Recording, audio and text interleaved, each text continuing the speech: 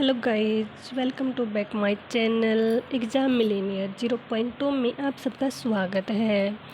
आज हमारा टॉपिक रहेगा सिरसा। सिरसा से रिलेटेड जितने भी हमारे महत्वपूर्ण क्वेश्चन बनते हैं वो सब हमें करने वाले हैं। हम देखेंगे सिरसा में क्या कुछ चीज़ें हैं, क्या महत्वपूर्ण है, वो सब आज हम करेंगे। ठीक है, चलो हम स्टार्ट करते हैं अपना सिरसा का टॉपिक। सबसे पहले है सिरसा। सिरसा क्षेत्रफल के अनुसार पूरे हरियाणा में प्रथम स्थान पर है और जनसंख्या घनत्व में सबसे कम है, यानी जनसंख्या घनत्व यहाँ पे सबसे कम है और क्षेत्रफल के अनुसार सिरसा प्रथम स्थान पर है। ठीक है, ये कम है और ये क्षेत्रफल के अनुसार बड़ा है। और सिरसा की स्थापना 26 अगस्त 1975 को हुई थी। इससे पहले यह हिसार का पार्ट था। आगे देखते हैं सिरसा में सर्वप्रथम क्या क्या रहा।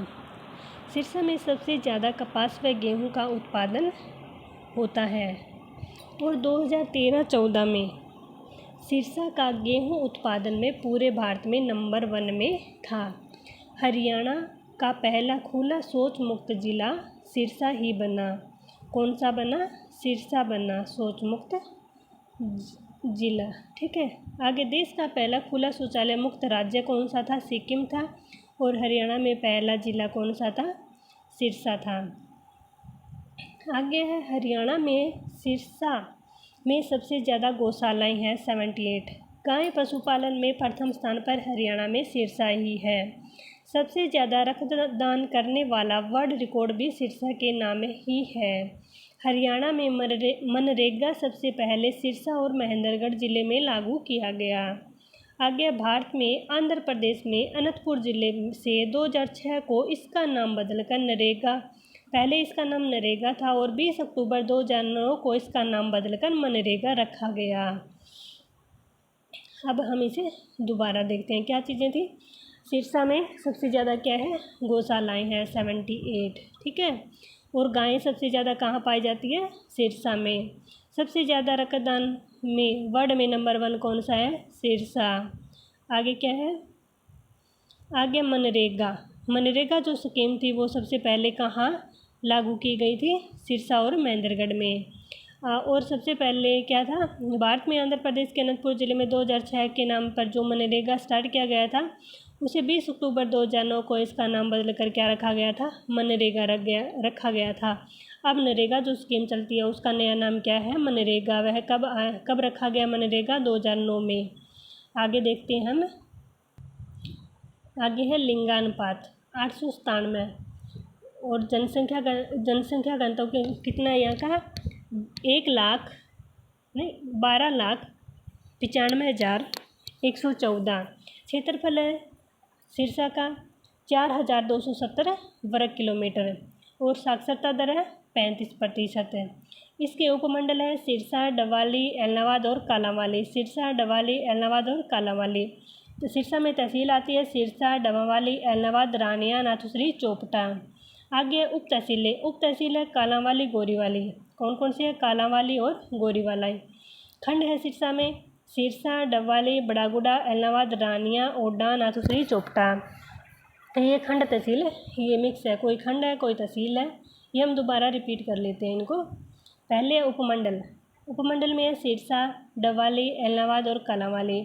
फिर आता है तहसील। तहसील कौन कौन सी है? सिरसा, डवाली, एलनाबाद, रानिया, नाथुश्री, चोपटा। उप तहसील है कालांवाली और गोरीवाला। आगे खंड है सिरसा, डवाली, बड़ागुड़ा, एलनाबाद, रानिया, ओडा, नाथुश्री, चोपटा।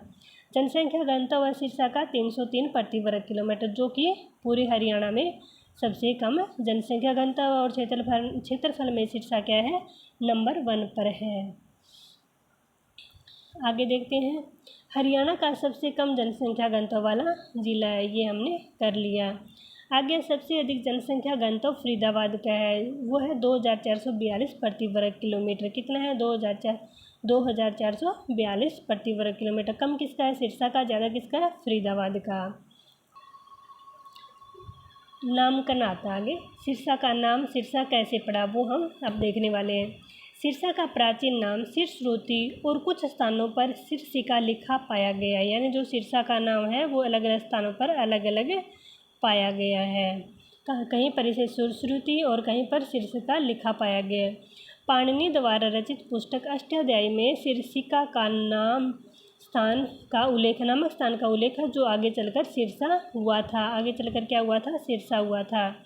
कुछ लोग यह भी कहते हैं कि सन 1357 ईस्वी में राजा सार्स ने इस नगर को बसाया था।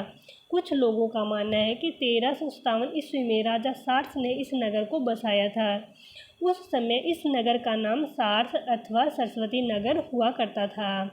आगे 1330 ईस्वी में मुल्तान से चलकर दिल्ली आए प्रसिद्ध अरब शास्त्री इब्न बतूता ने भी सिरसूती नगर में पड़ाव करने का वर्णन किया है कि उन्होंने भी यहाँ पर पड़ाव डाला, यहाँ नहीं ठहरे थे। एक अवधारणा के अनुसार शाश्वत ऋषि और शीरीष के पेड़ के नाम पर इस शहर का नाम सिरसा पड़ गया। यानी कुछ ऋषि मुनियों का कहना है कि शीरीष वृक्ष हुआ करता था, उसके कारण भी इसका नाम सिरसा पड़ा। सिरसा को अन्य कई नाम से भी जाना जाता है। अब हम आगे देख लेते हैं कि सिरसा को अन्य किन किन नामों से जाना जाता है। सिरसा को सरस्वती नगरी कहा जाता है, साहित्य नगरी कहा जाता है, संतों की नगरी कहा जाता है, वन नगरी। कौन सी है? सरस्वती, साहित्य, संत और वन नगरी। सरस्वती, साहित्य, संत और वन नगरी। राइट। हम इसको एक बार दोबारा से रिपीट कर लेते हैं क्या क्या था इसमें। राइट। यहाँ पे सिरसा का प्राचीन नाम सिरसूती और कुछ अन्य स्थानों पर शीर्षिका लिखा पाया गया है। पाणिनि द्वारा रचित पुस्तक अष्टाध्यायी में शीर्षिका नामक स्थान का उल्लेख है। यानी जो पाणिनि द्वारा रचित पुस्तक है अष्टाध्यायी, उसमें शीर्षिका नामक स्थान का उल्लेख पाया गया। यानी शीर्षिका नाम उसमें उल्लेखित है। जो आगे चलकर शीर्षिका था उसका नाम सिरसा हो गया। कुछ लोग यह भी कहते हैं कि सन 1357 ईस्वी में राजा सार्स ने इस नगर को बसाया था, जो बाद में सरस्वती नगर हुआ।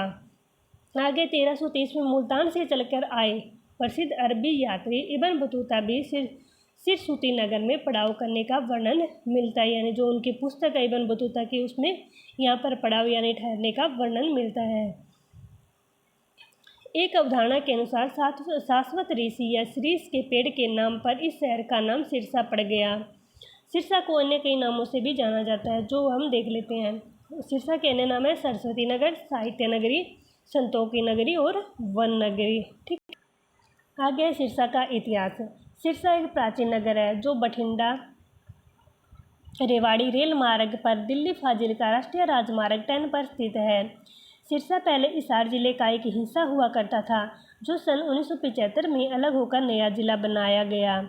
इस प्रकार 1 सितंबर 1975 को सिरसा पृथक जिले के रूप में अस्तित्व में आया।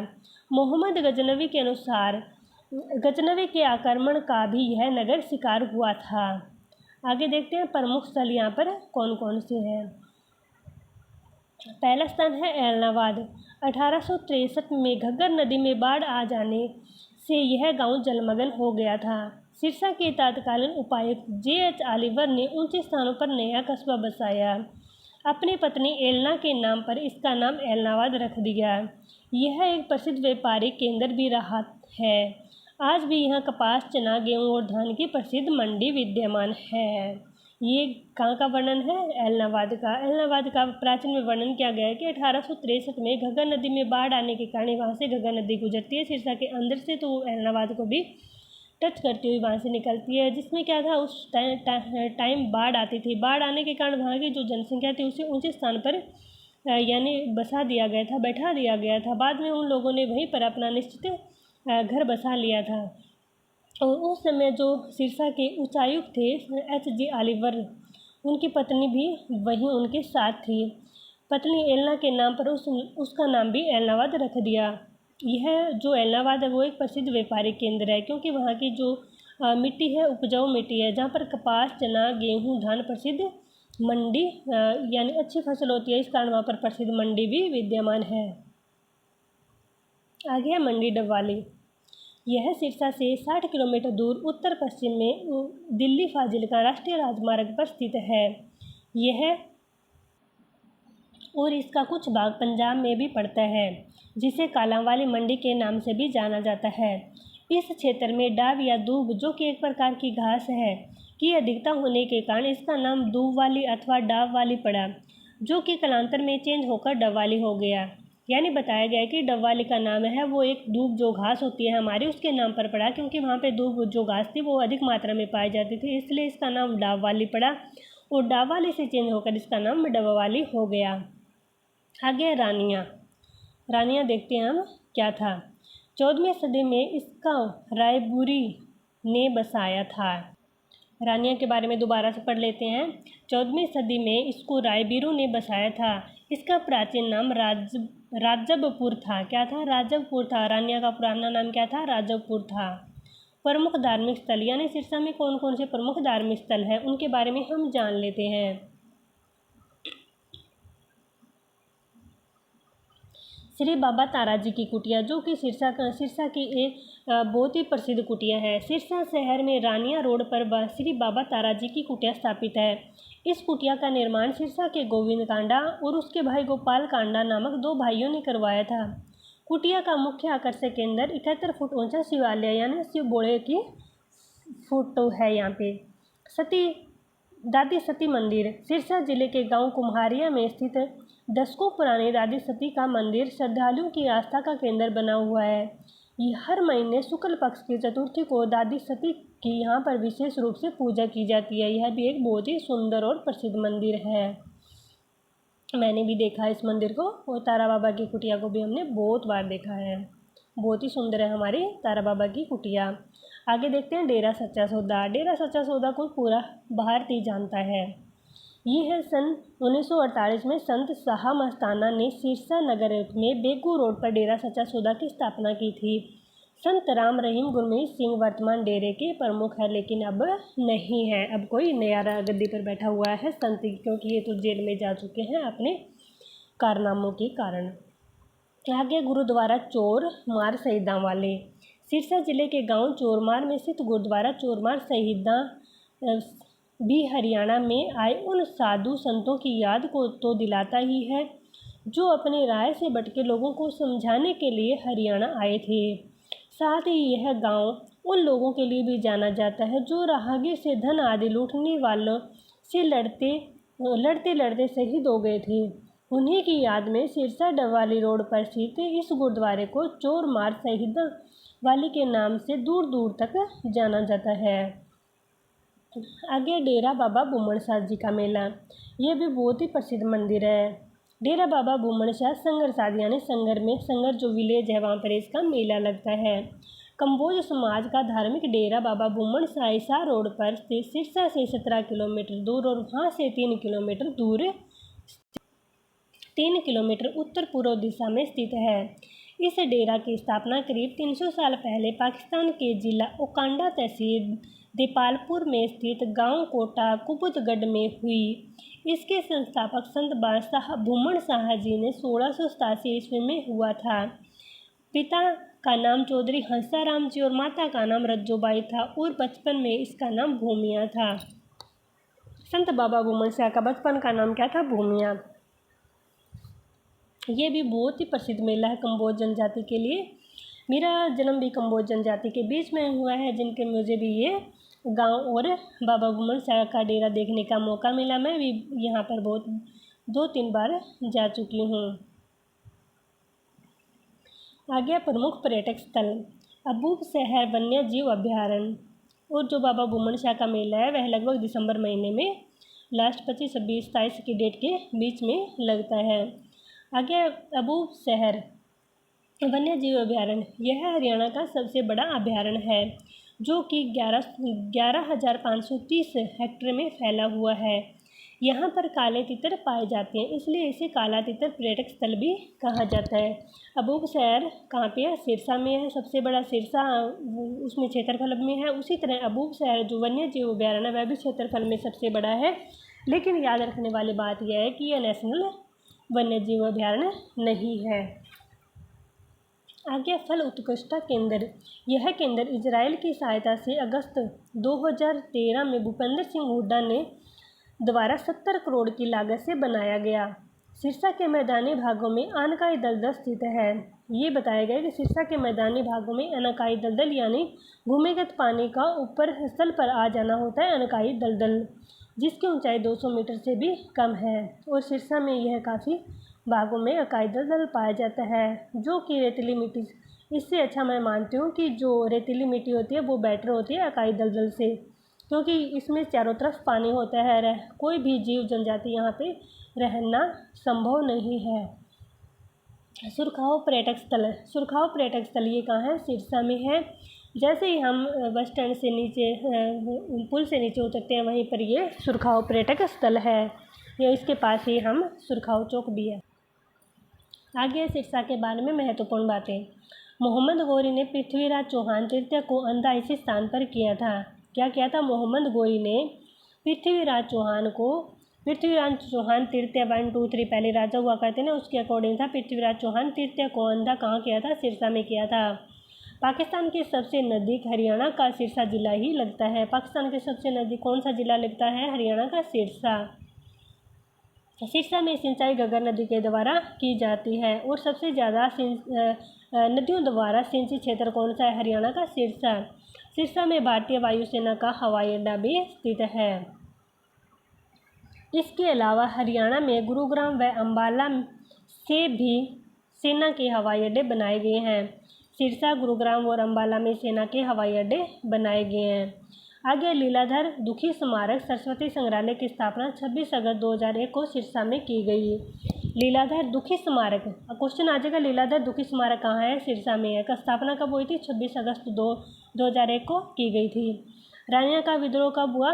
1818 में। इसका नेतृत्वकर्ता कौन था? जाबित खान। ये क्वेश्चन कई बार पेपरों में आया हुआ है। कौन सा है?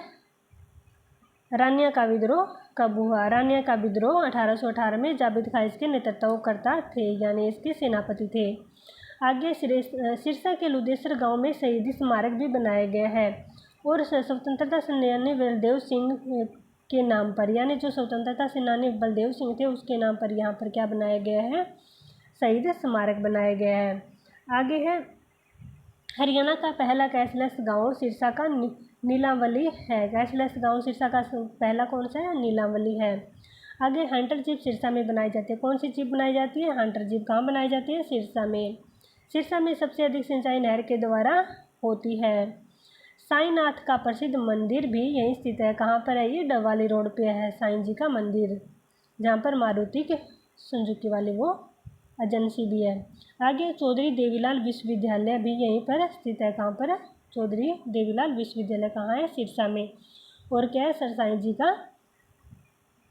प्रसिद्ध मंदिर भी यहाँ पर है। और गांव का कैशलेस जिला कौन सा रहा था? नीलांवली रहा था। हंटर जीप के कहाँ बनती है? सिरसा में बनाई जाती है। सिरसा में सबसे अधिक सिंचित क्षेत्र किसके द्वारा किया जाता है? नहरों के द्वारा किया जाता है। आगे प्रमुख व्यक्तित्व। चौधरी देवीलाल चौटाला के बारे में हम पढ़ते हैं। चौधरी देवीलाल चौटाला, इसकी चौथी पीढ़ी भी राजनीति में है। इसका जन्म 25 सितंबर 1915 को, इनकी मृत्यु 6 अप्रैल 2001 को हुई थी।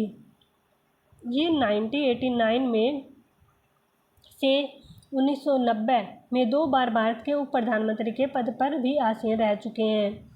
इस दौरान ये कृषि मंत्री भी रहे। ये भारत में ताऊ के नाम से प्रसिद्ध है। किसके नाम से प्रसिद्ध है? ताऊ के नाम से प्रसिद्ध है। कौन? देवीलाल जी। ठीक है। इनका नारा था लोक राज में लोक लाज। इन्होंने 1996 में इंडियन नेशनल लोकदल पार्टी की स्थापना की। किसकी स्थापना की? इंडियन नेशनल लोकदल पार्टी की स्थापना की।